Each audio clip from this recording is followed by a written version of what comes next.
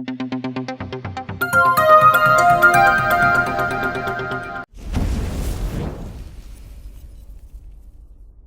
Students and welcome back to pharmacy India live.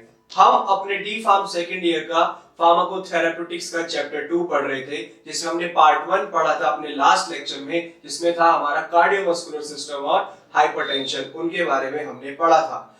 आज हम अपने इस लेक्चर में पढ़ेंगे पार्ट 2, जिसमें है हमारा एंजाइना एंड मायोकार्डियल इन्फेक्शन की एंजाइना और मायोकार्डियल इन्फेक्शन क्या होता है। इससे पहले अगर आपने पार्ट 1 नहीं देखा तो आप अभी जाइए हमारे चैनल पर पार्ट 1 देखिए एंड देन आप पार्ट 2 कंटिन्यू कीजिए। आप हमारे चैनल पर नए हैं फार्मेसी इंडिया लाइव पर, आप हमारे चैनल को सब्सक्राइब कीजिए और हमसे लेटेस्ट अपडेट्स के साथ बने रहिए। आप हमारे व्हाट्सएप नंबर पर भी हमें डीपी इंडिया लिखकर आप भेज दीजिए। आप इस नंबर को सेव कीजिए और हमें डीपी इंडिया भेज दीजिए। आप तक लेटेस्ट फार्मा अपडेट्स पहुंचते रहेंगे।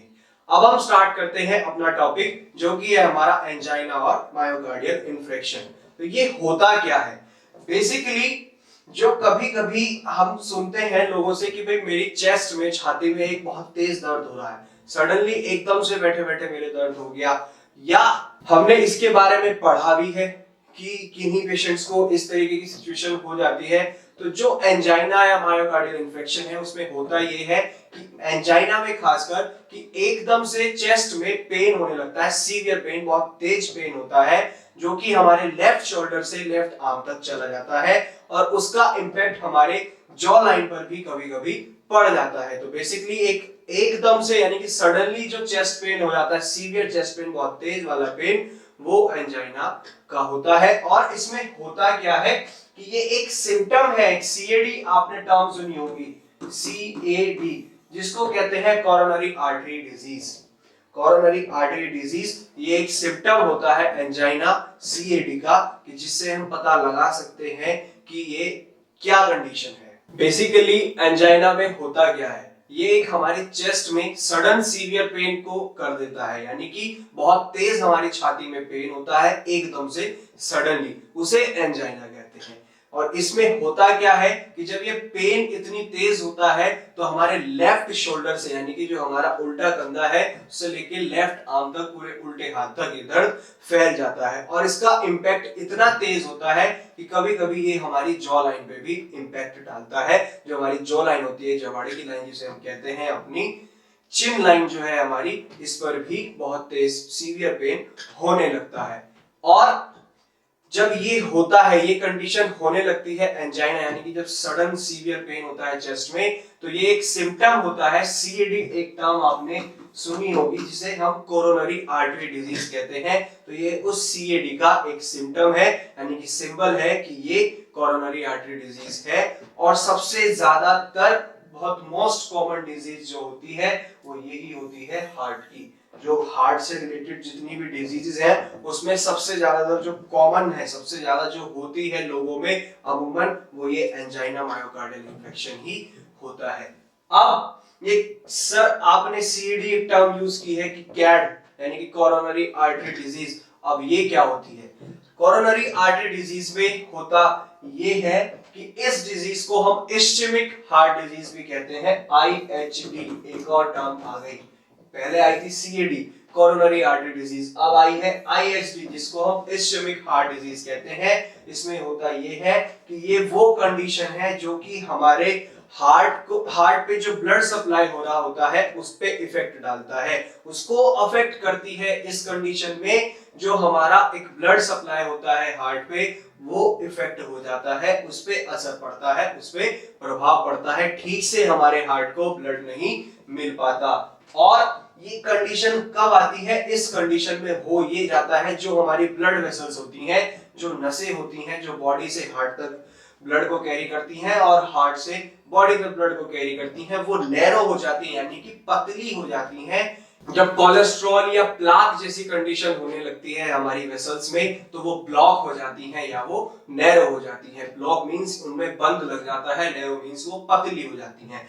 अब प्लाक क्या होता है? प्लाक में होता ये है कि हमारी जो वेसल्स हैं, नसें हैं, वहां फैट जमा होने लगता है, फैट सेल्स आके वहां स्टोर होने लगती हैं, या वहां लिपिड्स आ जाते हैं, कोलेस्ट्रॉल आके स्टोर होने लगता है, तो उस कंडीशन में नसें हमारी पतली पड़ने लगती हैं, एक ठीक से ब्लड फ्लो नहीं कर पाता। जिस नॉर्मल वेन्स में या नॉर्मल वेसल्स में जो ब्लड बहुत इजीली फ्लो करता है, वहां उस पर ये असर कर जाती है, ब्लड ठीक से फ्लो नहीं हो पाता, और जिसकी वजह से हमारे हार्ट को ब्लड की सप्लाई में कमी हो जाती है, उसकी हार्ट के ब्लड सप्लाई में उस पे असर पड़ने लगता है।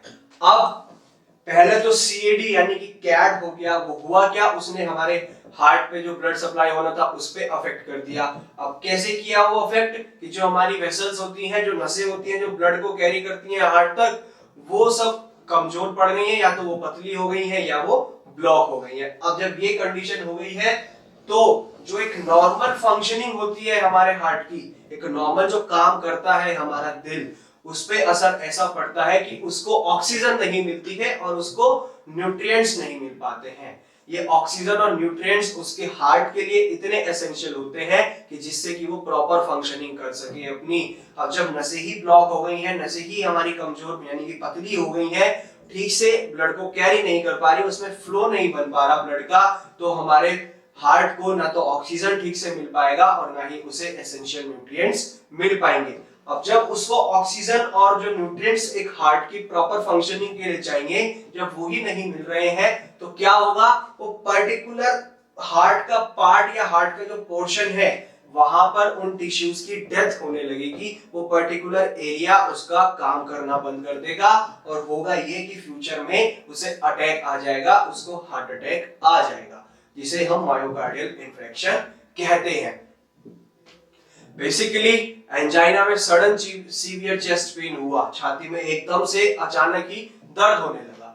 अब इसको हम क्या कहते हैं, कोरोनरी आर्टरी डिजीज कहते हैं। कोरोनरी आर्टरी डिजीज में क्या होता है कि सर, ये कंडीशन वो होती है जब हमारे हार्ट को ठीक से ब्लड की सप्लाई नहीं हो पाती। हार्ट को ब्लड की सप्लाई कब नहीं हो पाती, जब हमारी जो वेसल्स हैं, हमारी नसें हैं, वो पतली पड़ने लगती हैं या वो ब्लॉक होने लगती हैं। वो ऐसा क्यों होता है, या तो उसमें प्लाक आ जाता है या कोलेस्ट्रॉल डिपॉजिट होने लगता है, तब ठीक से ब्लड फ्लो उनमें वेसल्स में नहीं हो पाता। जब ठीक से ब्लड फ्लो नहीं होगा, तो जो हार्ट को ऑक्सीजन और एसेंशियल न्यूट्रिएंट्स चाहिए, जो उसको जरूरी है किस लिए, उसकी प्रॉपर हार्ट फंक्शनिंग के लिए, जब वो ही उसे ठीक से नहीं मिलेंगे, तो उसकी प्रॉपर फंक्शनिंग नहीं होगी। और जब प्रॉपर फंक्शनिंग नहीं होगी, क्यों, क्योंकि उसे ना तो ऑक्सीजन मिल रही है, ना उसे न्यूट्रिएंट्स मिल रहे हैं, तो पर्टिकुलर पोर्शन जो है हार्ट का, वो काम करना बंद कर देगा, और फ्यूचर में उसे हार्ट अटैक आ जाएगा, उसे हार्ट अटैक होने की संभावनाएं उसकी बढ़ जाएंगी।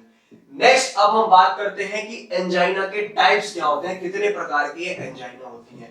तो बच्चों, एंजाइना हमारी 3 टाइप्स की होती हैं, 3 प्रकार की होती हैं, जिसमें सबसे पहले आता है हमारा स्टेबल एंजाइना।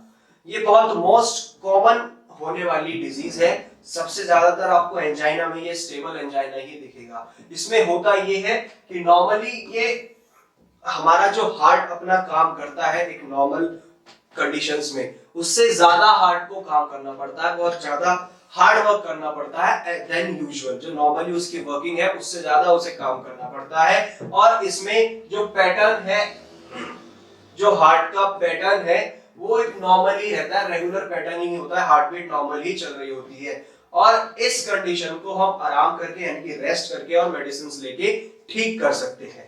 लेकिन जो सेकेंड टाइप है, जिसे हम कहते हैं अनस्टेबल एंजाइना, इसमें होता ये है कि ये बहुत डेंजरस होती है। डेंजरस किस लिए है कि ना तो आप इस कंडीशन में मेडिसिन ले पाएंगे और ना आपको आराम मिल पाएगा, इस पे इसका कोई असर नहीं होता।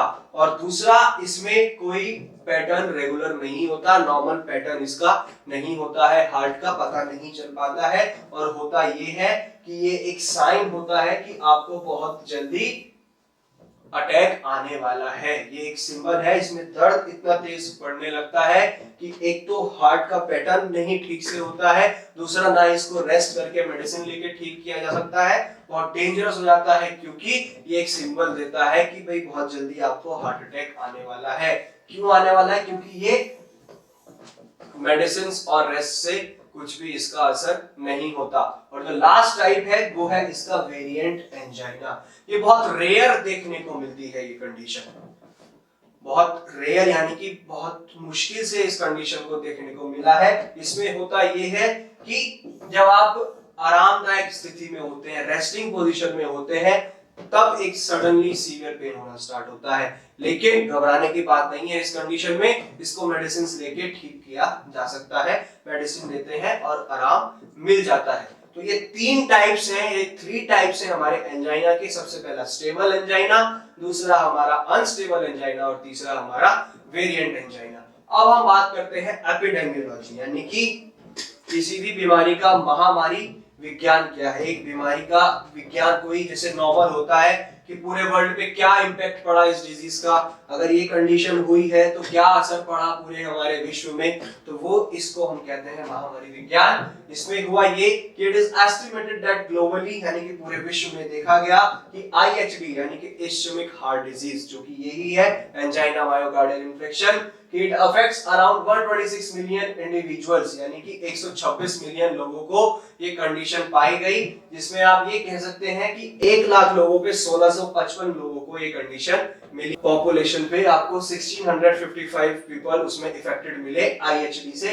जो कि अप्रोक्सीमेटली है 72% ऑफ द वर्ल्ड्स पॉपुलेशन। तो हमारे पूरे विश्व की पॉपुलेशन है उसमें 72% लोग इससे इफेक्टेड थे, और 9 million deaths were caused by IHD globally, और 9 मिलियन लोगों की इस कंडीशन से डेथ भी हुई है, यानी कि हार्ट अटैक से डेथ हुई है।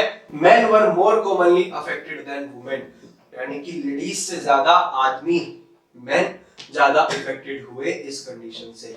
अब हम बात करते हैं कि एटियोलॉजी, यानी कि इसके कारण क्या रहे हैं इस बीमारी के होने के। सर एपिडेमियोलॉजी तो हमने पढ़ ली, बहुत भयानक है। 72% हमारी वर्ल्ड वाइड पॉपुलेशन इस चीज से इफेक्टेड है। और दूसरा, सर इसके कारण तो बताइए कि किस कारण से ये डिजीज होती है, क्या क्या इसके रीजन हो सकते हैं। एक आपने अभी एपिडेमियोलॉजी बताई, वो तो बहुत भयानक है कि 72% हमारी वर्ल्ड वाइड पॉपुलेशन इससे इफेक्टेड है, और जिसमें 9 मिलियन डेथ भी हो गई, इतनी सारी मृत्यु भी हुई है। तो अब सर इसका रीजन बताइए, क्या रीजन हो सकता है कि कोई भी पेशेंट या कोई भी इंसान एंजाइना या मायोकार्डियल इन्फेक्शन को फेस कर रहा है। तो सबसे पहला जो रीजन आता है वो आता है स्मोकिंग। एक स्पेशली जो हमारा युवा वर्ग है, युवा वर्ग ये कह लो कि 18 साल से ऊपर के लोग, या टीन एज में जब आते हैं 15-16 साल से युवा में काउंट होने लगते हैं, ये एज ग्रुप ऐसा है 15 से 25-30 तक का, कि सब इसकी तरफ बहुत जल्दी अट्रैक्ट हो जाते हैं, स्मोकिंग में बीड़ी सिगरेट पीने के आदी होने लगते हैं। होता ये है कि जो हमारी लंग्स होते हैं उस पे बहुत असर करती है स्मोकिंग, और जो हमारी जो वेसल्स हैं अंदर ब्रोंका या एल्वियोलीज इन्हें कह लो, ये बहुत कमजोर पड़ने लगती हैं, जिससे कि आगे जाके हमें बहुत दिक्कतों का सामना करना पड़ता है। सांस ठीक से नहीं ले पाएंगे तो जिएंगे कैसे। सेकंड कंडीशन आती है high blood cholesterol. Cholesterol level हमारा मेंटेन नहीं रहता है। आमतौर पर ये देखने को मिलता है 30 to 60 एज ग्रुप जो होता है, 30 से 60 साल के जो लोग हैं उनमें कोलेस्ट्रॉल लेवल मेंटेन नहीं रह पाता है। कारण कि तली भुनी चीजें हम ज्यादा खाते हैं, वो इफेक्ट करती है। थर्ड आता है हाई ब्लड प्रेशर। बीपी हमारा कंट्रोल में नहीं रहता, हाइपरटेंशन हमें होता है, हमारा बीपी ज्यादा रहता है, हाई रहता है, नॉर्मल नहीं रहता। क्यों? सबसे ज्यादा इसमें जो मेन रीजन है वो ये है कि हमारा जो सॉल्ट इनटेक है, नमक का जो सेवन है वो बहुत ज्यादा है। एक जो नॉर्मल हमें नमक खाना चाहिए, सॉल्ट हमें लेना चाहिए, वो हमारा नहीं है, बल्कि उससे ज्यादा खाते हैं, वो ज्यादा नहीं बहुत ज्यादा खाते हैं, जिससे कि हमें इन डिजीजेस का सामना करना पड़ता है। फोर्थ आता है पीपल विद डायबिटीज मेलाइटस। जिन पेशेंट्स को या जिन लोगों को डायबिटीज मेलाइटस होती है वो भी इस एंजाइना या मायोकार्डियल इन्फेक्शन से डील करते हैं, फेस करना पड़ता है। ओबेसिटी, हमारे अपने खुद के वजन पे हमारा काबू नहीं है, हमारा वजन बढ़ता जा रहा है, उस पर कुछ ध्यान ही नहीं दे रहे हैं। हम अगर पता है कि हमारा नॉर्मल बॉडी वेट 70 to 80 रहना चाहिए एडल्ट का, उसको हम मेंटेन नहीं कर रहे हैं तो हम ओबेसिटी कहलाएंगे, ऑब्सेस्ड हो जाएंगे। अब जब वेट को हम मेंटेन नहीं करेंगे तो हमारे जो हार्ट है, नॉर्मल हार्ट है, उस पे भी तो असर पड़ेगा, उसको भी तो ठीक से ब्लड सप्लाई होने में दिक्कत होगी, ठीक से ब्लड सप्लाई ही नहीं होगा, और जब ब्लड सप्लाई नहीं होगा उसका काम, एक नॉर्मल जो उसे काम करना है हार्ट को, उससे ज्यादा उसे हार्ड वर्क करना पड़ेगा, उसका काम ज्यादा बढ़ जाएगा, वो रीजन होता है। नेक्स्ट आता है लैक ऑफ एक्सरसाइज। हम एक्सरसाइज नहीं करते हैं, हम अमूमन एक्सरसाइज नहीं करते हैं, जो फिजिकल वर्कआउट हमें करना चाहिए वो हमारा नहीं होता है, और जिसकी वजह से हमें एंजाइना जैसी कंडीशन से डील करना पड़ता है, और ये एथेरोस्क्लेरोसिस हो जाता है। जैसे आप इसमें ये होता है, जो हमारी आर्टरीज होती हैं बेसिकली वो थिक होने लगती हैं, वो ब्लॉक हो जाती हैं, मोटी हो जाती हैं या वो ब्लॉक हो जाती हैं, जिसमें हमारा जो ब्लड है वो इजीली फ्लो नहीं कर पाता, और अगर ब्लड फ्लो नहीं करेगा इजीली तो हमारी बॉडी को भी नहीं मिलेगा, स्पेशली हार्ट को तो मिलेगा ही नहीं ठीक से, जो नॉर्मल ब्लड सप्लाई होनी चाहिए। नेक्स्ट आता है men are at greater risk. Males जो है वो बहुत ज्यादा इसके रिस्क के कगार पर होते हैं वुमेन्स के कंपैरिजन में। रीजन यही है कि स्मोकिंग, अल्कोहल, ये सब ज्यादातर ये रीजन होते हैं। दूसरा बीपी, हाइपरटेंशन की कंडीशन ज्यादा रहती है। नेक्स्ट है जो वुमेन 35 एज से ऊपर होती हैं, जिन वुमेन्स की एज 35 से ऊपर की होती है, अगर वो ओरल कॉन्ट्रासेप्टिव्स को लेते हैं या वो स्मोकिंग करते हैं, सिगरेट जैसे प्रोडक्ट्स का यूज करते हैं, स्पेशली ओरल कॉन्ट्रासेप्टिव्स को यूज करते हैं, तो उनको भी एंजाइना या मायोकार्डियल इन्फेक्शन जैसी डिजीज का सामना करना पड़ता है।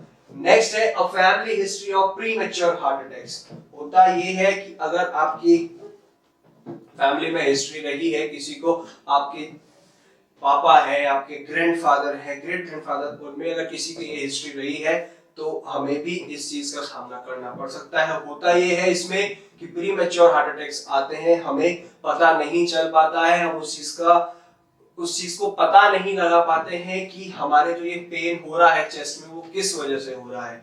बहुत सी बार हम इसको नेग्लेक्ट कर देते हैं, इसको नजरअंदाज कर देते हैं कि जो हमारी चेस्ट में पेन होना स्टार्ट हुआ है वो क्यों हो रहा है। ना तो हम अपने बड़ों से उसको डिस्कस करते हैं, और जब बड़ों से ही डिस्कस नहीं करते हैं तो डॉक्टर से तो क्या कंसल्ट करेंगे हम जाके। तो ये एक रीजन बन जाता है कि हम नेग्लेक्ट कर देते हैं इस पेन को कि ये नॉर्मल ऐसी पेन हो रहा होगा, और इसको हम अमूमन ज्यादातर गैस का दर्द कह देते हैं कि छाती में, चेस्ट में जो है ये गैस का दर्द कर रही है, गैस एसिडिटी बन रही है बॉडी में, इस वजह से हो रहा है। नहीं, अगर आपको सीवियर पेन हो रहा है चेस्ट में तो तुरंत हमें डॉक्टर से कंसल्ट करना चाहिए।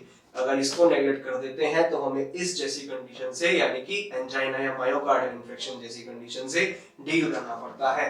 और लास्ट है spasm of the muscular layer of the arterial wall. जो हमारी आर्टेरियल वॉल्स होती हैं उनकी जो मस्कुलर लेयर है उसमें स्पाज्म यानी कि उसमें ऐंठन हो जाती है, जिसकी वजह से ठीक से ब्लड सप्लाई नहीं हो पाता है। तो ये कुछ मेजर रीजंस हैं जिनकी वजह से हमें एंजाइना या मायोकार्डियल इन्फेक्शन जैसी डिजीजेस हो जाती है। अगर हम इन पे कंट्रोल कर लें, इन पे काबू पा लें, इन पे ध्यान दें, तो हमें सीएडी या आईएचडी जैसी डिजीजेस की कभी होने की संभावना ही नहीं होगी।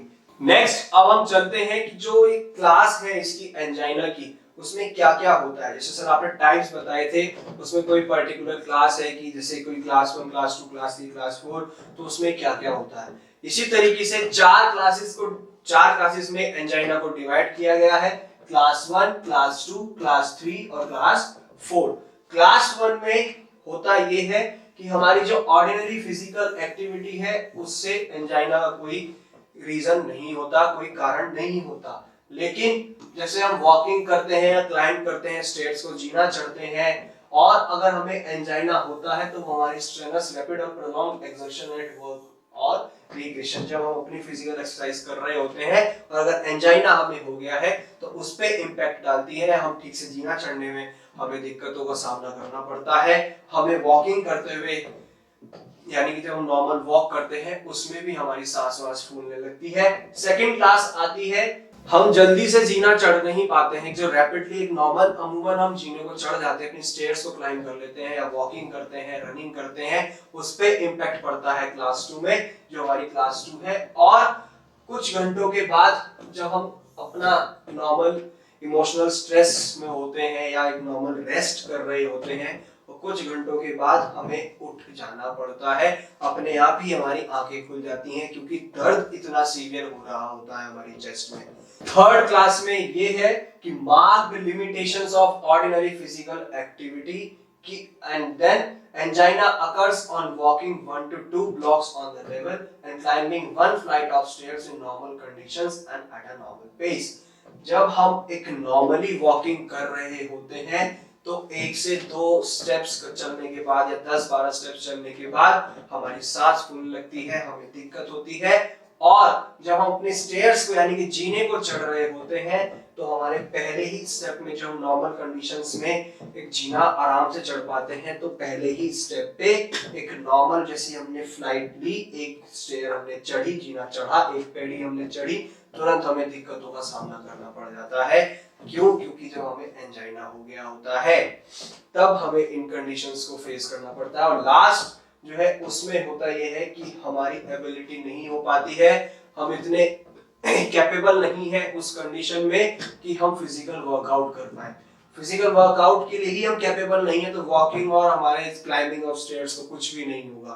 तो ये 4 क्लासेस हैं जिसमें हमारा जो ये एंजाइना होती है, एक first class, second class, third class, fourth class, तो उसमें क्या क्या इम्पैक्ट पड़ता है हमारी बॉडी पे, क्या हमारा इम्पैक्ट पड़ता है फिजिकल एक्सरसाइज पे, वो इसमें बताया, इसमें इस पूरा डिटेल में है।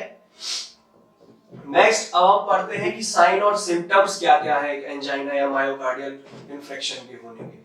सबसे पहला है कि जो हमारा हार्ट साउंड है वो एबनॉर्मल हो जाता है। एक नॉर्मल जब हम अपने हार्ट पे हाथ रखते हैं तो एक साउंड सा हम सुन पाते हैं, जो अपनी आंखें बंद करके ध्यान से उस पे ध्यान लगाते हैं, कंसंट्रेट करते हैं अपने हार्ट पे, तो एक साउंड सुनाई देता है, वो एबनॉर्मल हो जाता है, हार्ट बीट एबनॉर्मल हो जाती है। Second, sensation of pressure or burning over the sternum or near it, often but not always radiating to the left jaw, shoulder and arm, also chest tightness and shortness of breathness। इस condition में sign and symptoms में ये भी आता है कि कभी कभी हमारी छाती में हमें जलन होने लगती है, हमारे को ऐसा लगता है कि हमारे हार्ट में, दिल में जलन हो रही है, और हमारी जो है सांसें बहुत शॉर्ट हो जाती हैं, सांसों पे इम्पैक्ट पड़ता है। दूसरा, हमारी चेस्ट भी टाइट होने लगती है, चेस्ट में एक खिंचाव सा आने लगता है। नेक्स्ट, एक हमें डीप पेन हमारे को होने लगता है जो कि आधा मिनट से आधा घंटे तक यानी कि 0.5 मिनट टू 30 मिनट्स एग्जिस्ट कर जाता है। जब पेन बहुत सीवियर हो रहा होता है वो पेन हमारा आधा मिनट यानी कि 0.5 मिनट से 30 मिनट्स, आधा मिनट से आधा घंटे तक ये पेन हमारा एग्जिस्ट कर जाता है हमारी बॉडी में। Next, precipitating factors include exercise, cold environment, walking after a meal, emotional upset, fright, anger and coitus। ऐसी कंडीशन आ जाती है कि हम ठीक से फिजिकल वर्कआउट भी नहीं कर पाते हैं, हमें बहुत एक ठीक सा महसूस नहीं हो पाता है, बहुत स्ट्रेस्ड आउट फील करते हैं हम कि बहुत थकान हुई है हमारे शरीर को, अब कुछ भी करने के हम कैपेबल नहीं है, हम अब कुछ भी एक्सरसाइज नहीं कर पाएंगे। और लास्ट आता है relief occurs with rest and nitroglycerin. इसमें आराम हमें तब मिलता है जब हमारी मेडिकेशन चल रही होती है या हम बहुत ज्यादा आराम करते हैं, रेस्ट करते हैं। नेक्स्ट, अब हम बात करते हैं कि डायग्नोस कैसे कर सकते हैं इसको, कि सर ये तो पता चल गया सिम्टम्स क्या क्या हो सकते हैं, कैसे हम पता लगा सकते हैं, लेकिन डायग्नोस कैसे करेंगे, कैसे पता लगा पाएंगे कि इस कंडीशन में क्या हुआ है हमें। तो सबसे पहला आता है हमारा इलेक्ट्रोकार्डियोग्राम, जिसको हम लोगों ने ईसीजी या ईकेजी के नाम से भी सुना होगा। इसमें होता क्या है, नॉर्मली जो हमारा हार्ट रेट होता है जब हम रेस्टिंग पोजीशन में होते हैं तब जो हमारे एबनॉर्मल हार्ट बीट्स होती हैं उसको काउंट करते हैं हम ईसीजी के through, also called an ECG और EKG, to record heart's electrical activity during rest to determine abnormal heart rhythms. जो नॉर्मल हमारी हार्ट बीट होती हैं उसको नहीं इसमें हम काउंट करते हैं, इसमें बल्कि क्या करते हैं, जो हमारा नॉर्मल हार्ट रिदम होता है, नॉर्मल हार्ट बीट होती है, वो जब एबनॉर्मल कंडीशन हो जाती है, उसमें एबनॉर्मल हार्ट बीट्स आती हैं, तो उसको रिकॉर्ड करते हैं जब हमारा हार्ट रेस्टिंग पोजीशन में होता है, किसके थ्रू, किसकी हेल्प से, ईसीजी यानी कि इलेक्ट्रोकार्डियोग्राम। नेक्स्ट है हमारा, हम ब्लड टेस्ट के थ्रू भी इसका पता लगा सकते हैं। कैसे? या तो हम कोलेस्ट्रॉल लेवल अपना चेक करा सकते हैं या अपना हम ट्राइग्लिसराइड फैट्स का टेस्ट करा सकते हैं। अगर ये पॉजिटिव आते हैं तो इट मींस कि हमें एंजाइना या मायोकार्डियल इन्फेक्शंस है। नेक्स्ट है हमारा एंजियोग्राम और कोरोनरी एंजियोग्राफी और X ray of the heart's blood vessels. जो हमारे हार्ट्स की ब्लड वेसल्स होती हैं उनके हम एक्सरे या एंजियोग्राफी या एंजियोग्राम करा सकते हैं। इसमें होता क्या है, जो भी हमारी कोरोनरी आर्टरीज होती हैं अगर वो पतली हो गई होती है, नैरो होने लगती हैं, तो इन टेस्ट के थ्रू हम उसका पता लगा सकते हैं। नेक्स्ट है हमारा इकोकार्डियोग्राम की इकोकार्डियोग्राम की मदद से भी हमें पता लग सकता है कि हम इस एंजाइना या मायोकार्डियल इन्फेक्शन डिजीज से तो नहीं फेस कर रहे हैं। इसमें क्या होता है, जो इकोकार्डियोग्राम होता है वो यूज किया जाता है, अल्ट्रासाउंड वेव्स प्रोड्यूस करता है ये। क्यों? क्योंकि जो हमारी हार्ट की जो बीट्स होती हैं उसकी एक पिक्चर बना देता है। जब हम अल्ट्रासाउंड वेव्स को यूज करते हैं तो ये हमारे हार्ट की एक पिक्चर बना देता है, हार्ट की कैसे जो हार्ट की बीट्स होती हैं उनकी पिक्चर बना देता है कि ये नॉर्मल हार्ट बीट्स चल रही हैं या नहीं। अगर नॉर्मल नहीं चल रही हैं तो उसकी रिपोर्ट के थ्रू भी हम बता सकते हैं कि द पर्सन जो है वो इंडिविजुअल पेशेंट या पर्सन जो है वो एंजाइना या मायोकार्डियल इन्फेक्शन से तो फेस नहीं कर रहा। नेक्स्ट आता है अब हमारा ट्रीटमेंट की, इसको ठीक कैसे कर सकते हैं। सबसे पहले आता है हमारे नॉन फार्माकोलॉजिकल ट्रीटमेंट कि जिसमें हमें दवा देने की जरूरत ना पड़े। वैसे कौन से ट्रीटमेंट हो सकते हैं? सबसे पहला आता है, एक तो हमें अवॉइड करने पड़ेंगे जितनी भी हमारी फैटी डाइट है, जिस खाने में फैट अवेलेबल है वो हमें नेग्लेक्ट करना पड़ेगा, बिल्कुल छोड़ना पड़ेगा। स्मोकिंग छोड़नी पड़ेगी और जो हम अल्कोहल का कंजप्शन करते हैं वो भी छोड़ना पड़ेगा। जब इनको छोड़ देंगे, इनको नेग्लेक्ट करेंगे तो एक नॉर्मल हार्ट हमारा रहना स्टार्ट हो जाएगा। नेक्स्ट आता है कि जिन फूड्स में फैट बहुत ज्यादा पाया जाता है उसको ही हम अवॉइड करते हैं, स्पेशली जंक फूड। हम जंक फूड बहुत खाते हैं, उसमें नमक भी बहुत तेज होता है, उसके साथ साथ फैट तो हमारी बॉडी में बढ़ता ही है। फैट बढ़ेगा तो हमारे हार्ट पे भी असर होगा, हमारी वेसल्स पे असर पड़ेगा क्योंकि फिर वो खून ठीक से सप्लाई नहीं कर पाएंगी, और कोलेस्ट्रॉल बढ़ेगा तो हमें हाइपरटेंशन की भी दिक्कत होगी। और अगर हम उसमें नमक का इंटेक ज्यादा होगा, सॉल्ट का इंटेक ज्यादा होगा तो हमें हाइपरटेंशन की भी दिक्कतें होंगी। हाइपरटेंशन यानी कि हाई बीपी का सामना करना पड़ेगा।